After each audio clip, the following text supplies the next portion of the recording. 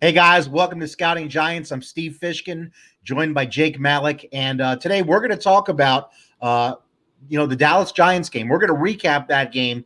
We're going to talk about the Giants versus Dallas on Sunday, what we saw, but we're going to give you our analysis on it. And there's a number of things we're going to talk about. We're going to look at how the Giants offense performed against the Dallas defense. We're going to look at how the Dallas offense performed against the Giants defense. We're going to talk about how did Daniel Jones play, and for the New York Giants, what has improved and what hasn't. We're going to talk about that next right here on Scouting Giants.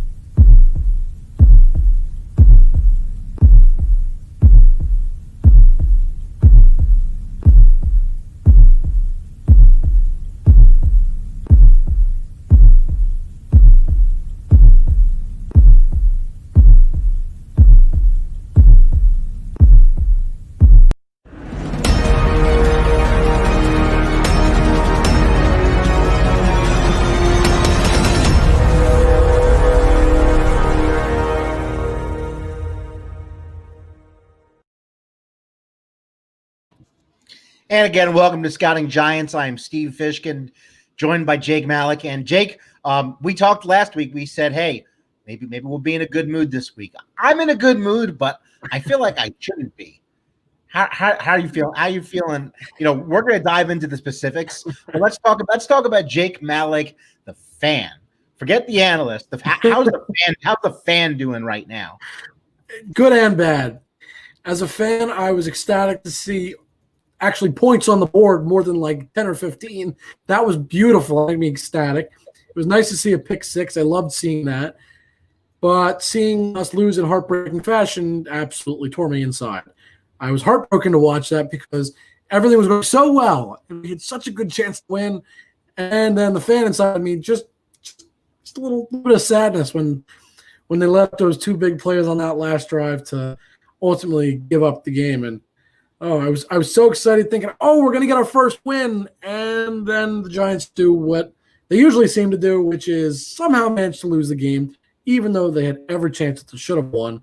So the fan of me is conflicted because I'm excited to see offense, and I'm excited to see that they showed some signs of life on that end of the ball.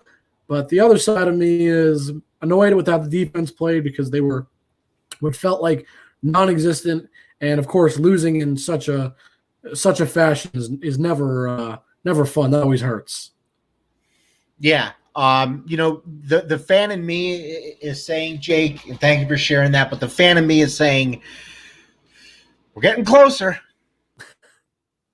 We're getting closer. A few more weeks of eating these Tide Pods, and soon I'll be able to stop. Because we talked about that last time. That's going to become a habit if this losing doesn't stop. But ultimately, we looked at some tape last week from Brian Baldinger, and, the moral of the story on the tape is Giants are real close, but there's just some issues with execution. I think the thing that hurt the most this week, like it has every week, with the exception, I think, of maybe just the San Francisco game, don't quote me on that, but I want to say like every game so far, it's come down to a few plays. It really has. Yeah, This game, no different. I think the San Francisco one is the only one where totally outclassed all game. Wasn't even close. But this game, like other games, it comes down to it's crazy how many times things have not bounced in our favor. Yes, I was happy that, our kicker was so good, able to make all those field goals, but ultimately we had two touchdowns that were taken off the board, and that would have been the difference. So that one for me as a fan is tough there. But let's dive in. Let's dive into it. Let's talk about what did we see with the Giants offense versus the Dallas defense. We won't dive too much into Daniel Jones because we are going to just talk about him on an individual basis shortly. But let's start out with the offensive line here going against their defensive line. And to me, I think it was the tale of the running game versus the passing game because as in terms of our ability, if you looked at man-on-man coverage, double teams working in unison, our run game was actually effective in a lot of ways.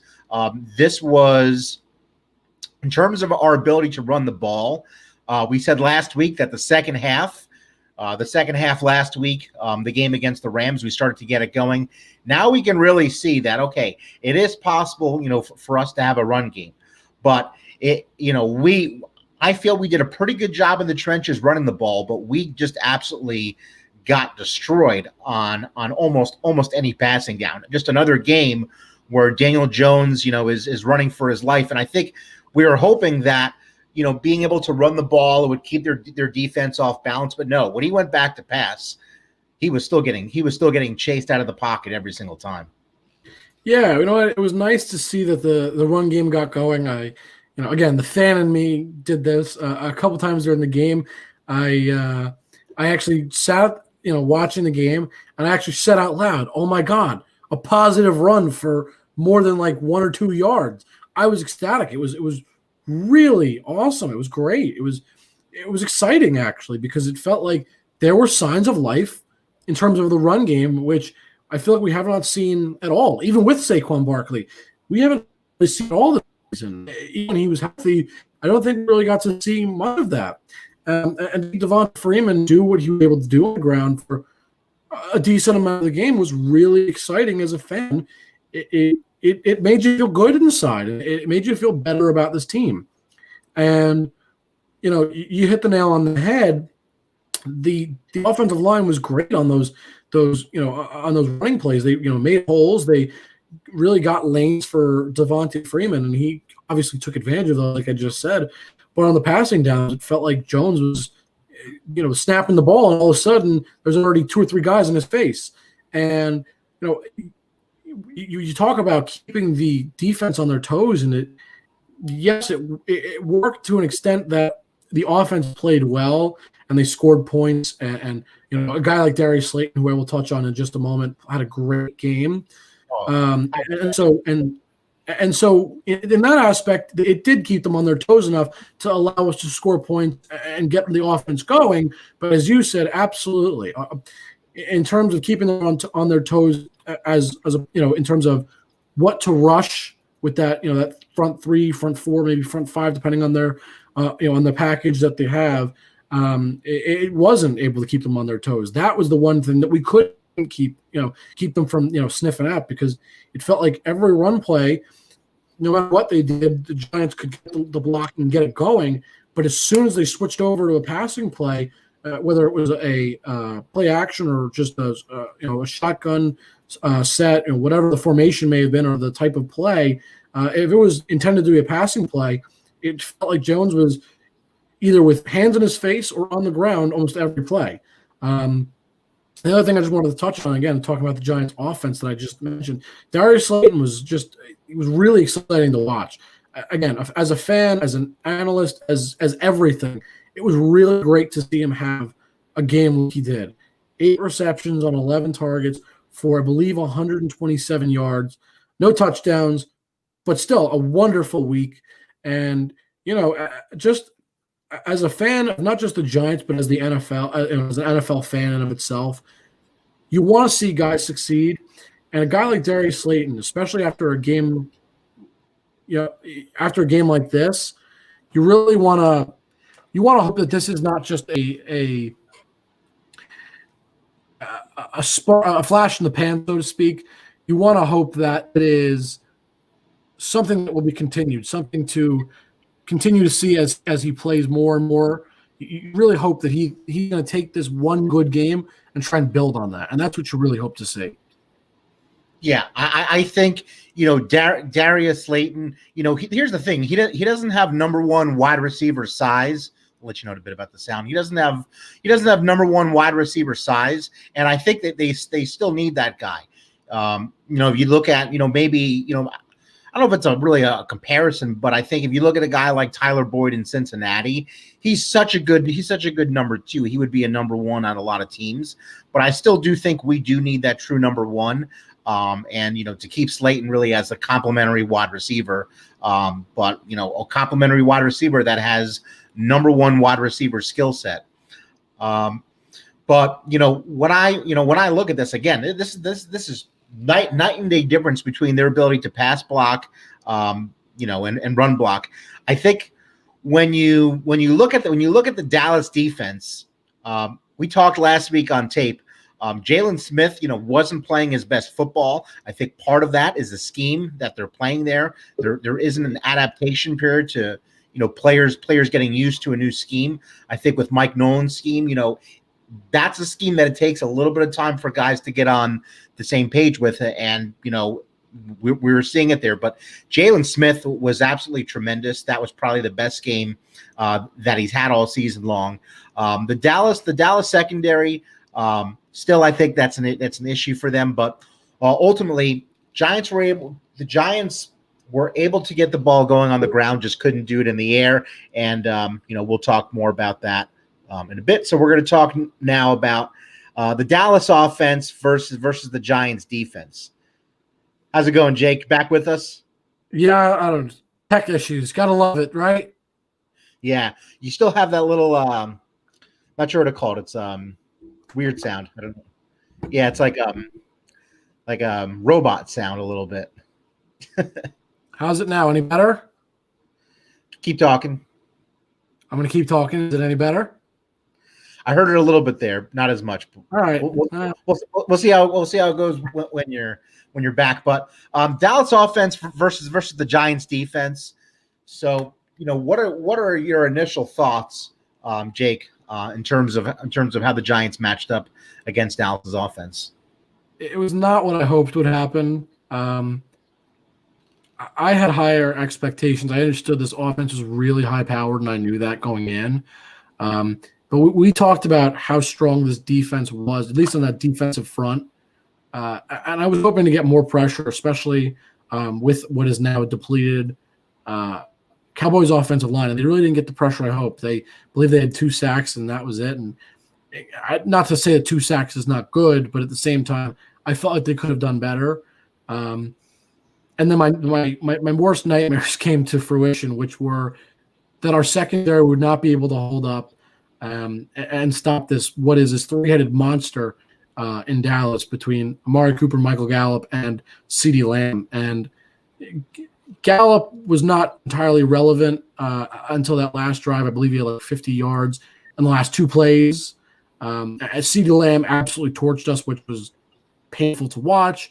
And as for Amari Cooper, he wasn't really as much of a threat as I hoped. But the problem was they eliminated him, but they only eliminated Amari Cooper. They couldn't get rid of CeeDee Lamb. And even though Michael Gallup wasn't a huge factor, he was still a factor enough to help, obviously, CeeDee Lamb have a good day on top of his own skills. And I think that's the problem you run into is the secondary is not what it needs to be to compete with a team like the Dallas Cowboys in that offense.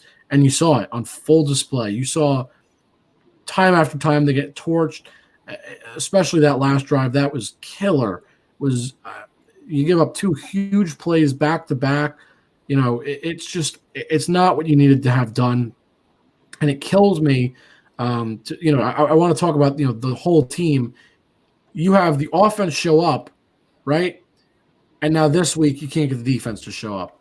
And that really hurt because if you get them to both show up, you have a win. But that's what this team needs to do because, obviously now I just said the offense showed up, but the defense doesn't show up. And that secondary it's not improving, and something's got to be fixed over there because that is going to continue to be – if this offense continues to play the way it's playing, the secondary will inevitably be our Achilles heel and will be the reason we cannot win games.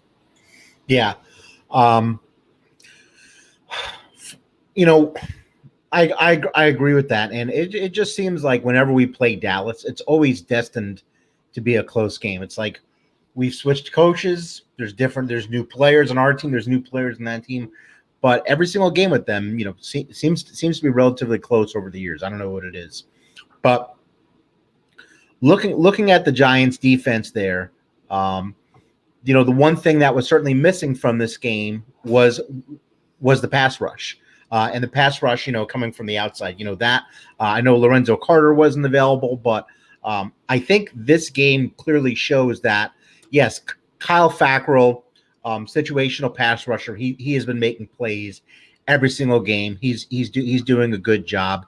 James Bradbury did a good job shutting down Amari Cooper for when he was covering him. But I think what really hurt us in this game is that number one, I think in terms of in the trenches, we are still getting the Giants' defensive line was still getting beat, on a number of running plays. Zeke had his way; the holes were there as well. It was a combination of Zeke just being Zeke, and the holes were also there for him as well. You didn't see Blake Martinez flying around the field or and making the impact that he usually did. So he was, if you looked at previous tape of the last few weeks, Blake Martinez has been playing better than Jalen Smith, but I think Jalen Smith certainly was the bigger factor here. You didn't see Blake doing as much, and again, really outside of James Bradbury, they don't have a whole lot of help. Yes, Jabril Peppers did a really good job in run support at a number of different times during the game. That was great, but we still have some missing pieces there. And I think the two biggest things are, we have good pass rushers. We just don't have any great pass rushers. And ultimately, we need another cornerback, and that has to be an area that they have to look at, in the upcoming draft. Yeah, absolutely. Look, this defensive line is not amazing, but at least I feel as though they're not the real weak point. They can get the job done, even if they're not at their best. They're the strongest. They're the best part of that defense right now. Yeah, exactly. And I'm not saying that they're outstanding or amazing, but they are good enough to get the job done week in, week out. If that was my starting defensive line, I would not sit here and say it needs to necessarily be improved immediately. Not saying never, because I do agree. I think if you add one really great pass rusher on that team, that line will be all the better, because you kind of see a defensive line. You look at the Rams is a good example, right? You got Aaron Donald, people double team him, it opens up lanes for other guys. That's kind of what the Giants need to do. But you hit the nail on the head, and I couldn't agree more. That secondary, specifically the cornerback, you got to change it. You got to fix something. Something has got to be done, because unless something is done to give, Bradbury somebody back there with him to be his wingman, so to speak, his right-hand man, it's never going to matter, because Bradbury could be Stephon Gilmore for all I care. It doesn't matter, because he can't play multiple receivers at one time. Yeah, and there's a lot of things I do like about Logan Ryan. The dude is a terrific tackler. He's actually really good in run support. But I think they need someone else that's going to complement what Bradbury does. And to be honest, really what would make most sense if Bradbury Bradbury was their number 2 corner, and I only say that because of Bradbury's size. You do want length at the cornerback position nowadays. So that's why I'm saying, I don't know if it's in the draft or a free agency, but a nice long arm corner who follows the guy's number 1 wide receiver, just like Bradbury can right now, would be helpful there. But they need someone else there. So we're going to switch topics here, talk a little bit about Daniel Jones and his play. And I'll say it like this, and it's interesting. It's like I can't go on Giants Facebook groups anymore, because I'm going to kill someone one of these days, because it baffles me how people are saying Jones was the complete problem yesterday, and like they're like the reason we lost that game was Jones, and you're seeing so many articles out there. Jones couldn't deliver. Okay, so there's a problem there's a problem trusting anyone on the internet in terms of scouting when they don't scout in any context. Which means that if there's a left tackle playing with a broken leg, I'm an idiot if I just said that left tackle can't kick slide very well. I mean, like you have to have context when you speak, or you're just a fool. So with that, Daniel Jones, another game, third game in a row, no passing touchdowns. But I'll say this, for the things that we criticize Daniel Jones for, the Giants are making it very impossible for him not to have these as habits. I'll give you an example. Well, Daniel Jones has a 2 or 3 step drop, and then he drops back more. Well, that's because on 90% of the other plays, they're driving him out of the pocket. What do you think his habits are going to be when they start doing that? And that's the stuff that drives me crazy. The staring down one receiver. I don't think he did it as much yesterday. I did see that one thing I liked is that he did a lot more pre-snap yesterday. I haven't seen him call at the mic too much, before yesterday, but you could see, I could see he was getting more, more comfortable in that offense. There were a number of throws that he made on the run where I'm like, wow, that's why we drafted him in the first round, because I can tell you a lot of other starters, they couldn't make that throw. Like, there were some throws I'm like, wow, I didn't even know he could make that throw. That was really, really impressive. But then again, had the issue with the ball security. There are a couple forced balls, but people also have to realize that when you're not getting separation, you have to start forcing the ball. And what else are you going to do? But I think is there room for improvement for him? Yes. Did he miss on some balls? Yeah, he did. But let's scout in context, and let's just talk about how he did considering the facts. And what are the facts? The facts are that he's played in, I think this might have been his 20th NFL start, and he was running for his life all game. I think there are some things that Daniel Jones does that doesn't help him inside the pocket that will almost make it like the rush will feel like it looks like it's coming sooner. But we can go back to Eli Manning. Did Eli Manning not know how to move around the pocket? I mean, it's the same thing happening again. It's just that in terms of a pass protecting offensive line, this is 8 seasons now. This is the 8th straight season that we can't pass protect. And this is the exact reason why 8 seasons ago was the last time the Giants, it wasn't 8 seasons ago, but 8 seasons ago. 8 seasons ago was the last time we were pass protecting. So how did Daniel Jones play? I think all things considered, not just saying he was the QB of the week, no one was as good as him. I'm not saying that, but all things considered, I think he did okay. I think he did more than okay, because there were a lot of throws that he made that I'm like, those were really difficult throws to make. And you got to look at the hand that the guy was dealt. That's all. Yeah, you know what? A lot of people are going to be hard on him, but I was actually kind of happy. Not a sentence I anticipated saying this week, but I was really happy with actually the way he played. Was he perfect? Of course not. I mean, we just said always room to improve. He's young. There's no way to expect him to be perfect yet, and no quarterback's ever actually perfect. But there were a couple little things I noticed that really stood out to me and actually made me really happy to see. The first thing was, I did not see Daniel Jones just heaving the ball downfield and just throwing a hope and a prayer that somebody catches it. He didn't throw any picks. So, and that kind of goes hand in hand. I saw a lot of plays where he threw it out of bounds, and that was smart. That was, to me, that's what an NFL quarterback should have the wherewithal to do. Some fans are idiots, because we have some fans are saying that was an inaccurate pass. No, it was intentional. He's throwing it in a place where it can't get intercepted.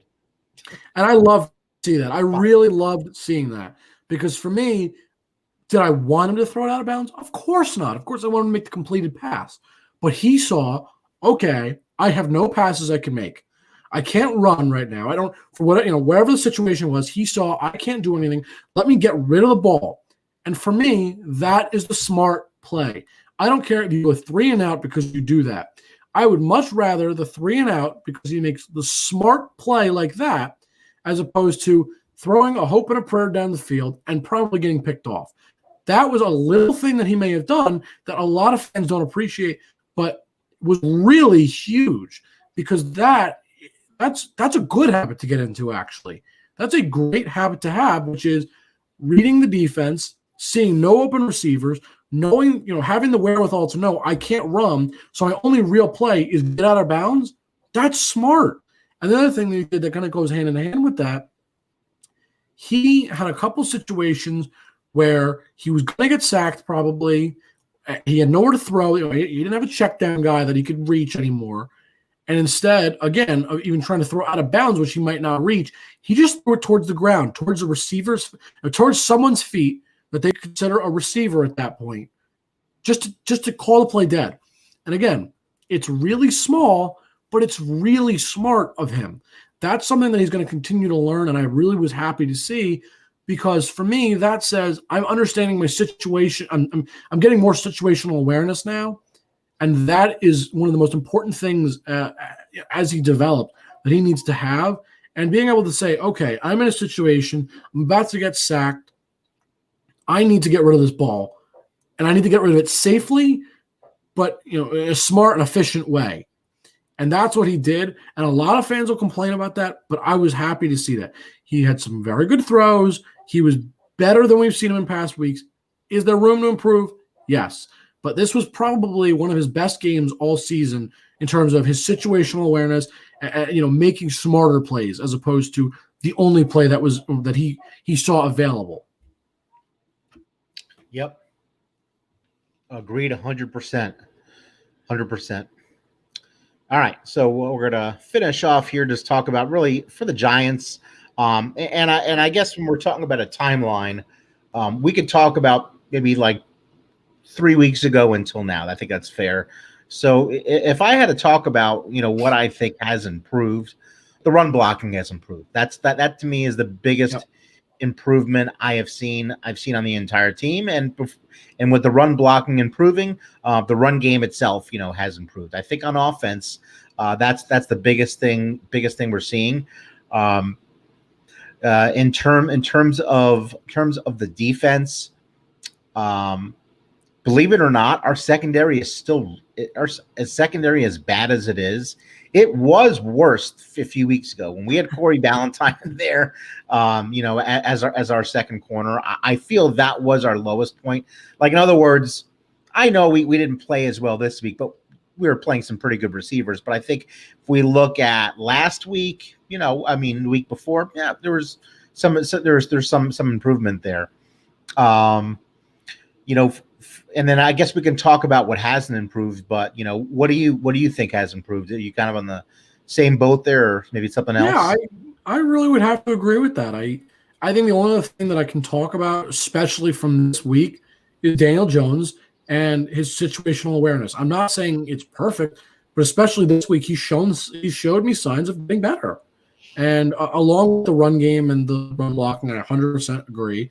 That's the only other thing that really stood out to me. Again, especially this week, just little things I just talked about of understanding the situation. To me, those are signs of improvement that make me feel better about Daniel Jones.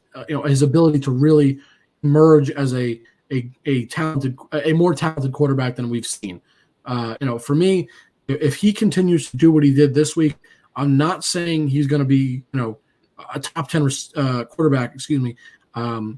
By the end of the season, but I do think he will be an improved quarterback from what we saw at the beginning of the season. Yeah. I agree with that. All right. So what hasn't improved? The pass blocking has still not improved for really the most part. I keep looking every week and hoping to see something better. And it feels like a flash in the pan every week. There are moments where you think, whoa, look at this blocking. It's beautiful. But they're not getting it all together yet. And that is the concern, is they haven't gotten to that point. Now, having said that, here is where I'm hopeful and I'm being optimistic in their run blocking is improved, which means they're starting to work together better just in general. And so while, yes, it hasn't improved yet, I really hope and I truly feel that maybe in 3-4 weeks time, we're going to come back and say that the pass blocking has gotten better, because if they continue to build on what they did this week, which was improving that run blocking, if they do what they did this week in the run and they continue to work together and they do that in the passing game, they could improve. However, at the moment, they have not done that yet. Yeah, and it is harder to get on the playing offensive line. I can say it's definitely harder to get on the same page. And offensive linemen don't like to pass block nearly as much as they like to run block, and it's just and it's for a variety of different reasons. But if I'm going to talk about, I guess I do want to talk about something that's just on my mind really quick. I was really optimistic watching Andrew Thomas, the first game or two. And I haven't feel like I've seen the progression that I wanted to see. Now, I did a scouting report on Andrew Thomas. I think he has a very high floor, which essentially means that there's no chance that he's going to end up being a backup, in my opinion. But definitely, I do think that. And do you feel this way? Kind of, we're hoping for Andrew Thomas to really lock down the left side from a pass blocking standpoint more, especially after what we saw in week 1. Yeah, I mean, he's still a rookie, and a lot of people I know are probably out for his head right now because he's made mistakes, but a lot of people are forgetting that he is a rookie. But yeah, I 100% agree. What was that? I said he's not Eric Flowers. Don't worry, guys. That's honestly what you have to look at, though. And I hate to put it like that, but I really agree with what you just said, because Eric Flowers was a complete nightmare. Andrew Thomas is already, leaps and bounds better than him, and he's a rookie that's played in just a few games now. He's only played in 5 games. So I see him being better as he continues to play, of course. He'll continue to get more comfortable. I get that feeling. And one day he will be a star at his position. I know that's not a particularly exciting position to be a star at, but he will be a star at his position if he continues to do what he can do, which is just use his pure athletic abilities that he clearly possesses. Yeah. I think the biggest thing is right now he's, guys that are really good at converting speed to power. Those type of guys are the guys that he seems to be having the most difficulty with. Guys that are just good at straight bull rush. That seems to be, where it is. But, when I want to talk about what hasn't improved, it's the pass blocking. It hasn't improved. Not even a little bit. I don't think our pass rush, it's really hard to talk about the pass rush because it's kind of a little different each week. And I think it's based on, how they're deploying guys, when you can sneak Kyle Fackrell in there when they're not going to see him coming.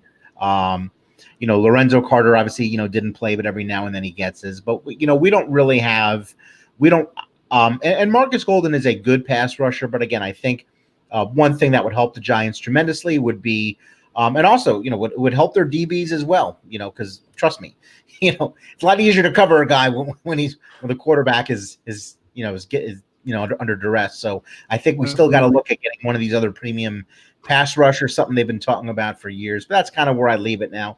So we are going to actually leave it all right here, and we're going to be back with you guys on Wednesday night, and we're going to be previewing the upcoming game against the Washington football team, and hopefully we can get our first win then. And I got to say, I feel good about this one. Much better than I felt about any other one, because I'm like, I do too. Because I'm like, we're getting close. Let's do it against. Let's get even closer and beat a bad team. So maybe it'll be the week we finally unlock everything at once. Just get it all together. Yeah, absolutely. All right, guys, we'll see you on Wednesday night, same time, 10 Eastern time. This is also available on podcast form. This is Scouting Giants for Steve Fishkin and Jake Malik. We will see you guys live here Wednesday at 10 Eastern time, 7 Pacific time. Have a good evening.